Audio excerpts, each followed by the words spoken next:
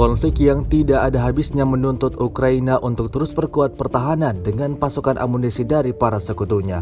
Bantuan militer belakangan ini memang sering didapatkan Ukraina dari negara lain, namun tak jarang sering juga mereka kehilangan alat tempurnya dikarenakan serangan artileri Rusia.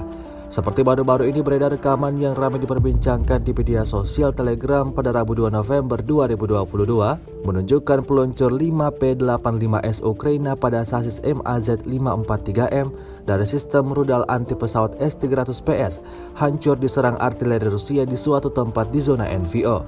Tampak peluncur sistem rudal anti pesawat S-300PS tersebut benar-benar hancur dan tak dapat difungsikan lagi. Hingga saat ini belum ada tanggapan dari pihak Ukraina tentang salah satu peluncur rudal andalannya yang dihancurkan Rusia.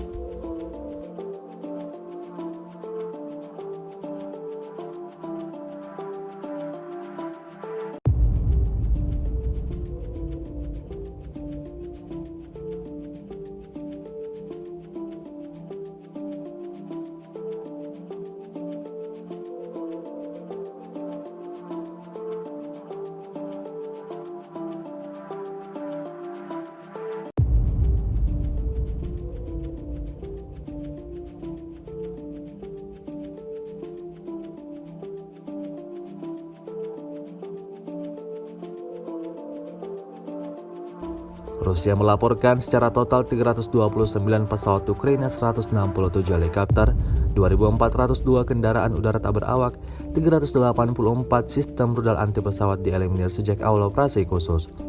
Sementara itu dari kubu Kiev, Kementerian Pertahanan Ukraina melaporkan 650 tentara Rusia dieliminir dalam 24 jam terakhir. Sebanyak 72.470 prajurit Federasi Rusia meninggal sejak awal konflik hingga hari ke-251.